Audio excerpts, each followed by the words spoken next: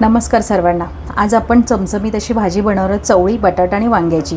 त्यासाठी इथे एक बटाटा घेतलाय, त्याचे अगदी आपल्याला हवे तशा फोडी करून घ्यायचं, चौकोनी तर चौकोनी, उभ्या हवे असेल तर उभ्या। आणि चवळी आहे ती मोठी घ्यायची आहे। कुकरमध्ये 5 ते 6 चमचे तेल घ्यायचं आहे, ते छान आता गरम झालेलं आहे। मोहरी घालून घ्यायची, एक मोठा असा बारीक चिरलेला कांदा घालून घ्यायचा, आलं लसूण पेस्ट घालून घ्यायची। कांदा आहे तो छान 1 मिनिटासाठी परतवून घ्यायचा।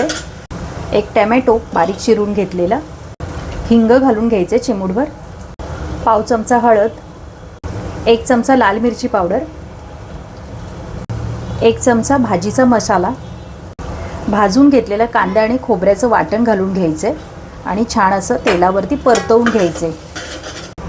कोथिंबीर घालून घ्यायची आणि वाटपासोबत पुन्हा एकदा मिक्स करून घ्यायचे।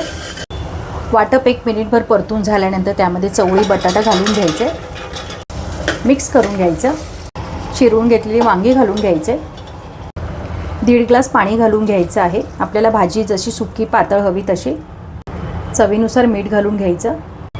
कुकरचं झाकण लावून 1 शिट्टी करून घ्यायची आहे। गॅसची फ्लेम आहे ती मध्यम ठेवायची। कुकर थंड झालेला आहे, झाकणही काढलेलं आहे। त्यावरती आता कोथिंबीर घालून घ्यायची, भाजी आहे ती मिक्स करून घ्यायची। चमचमीत अशी भाजी आपली तयार झालेली आहे, वांग बटाटा आणि चवळीची।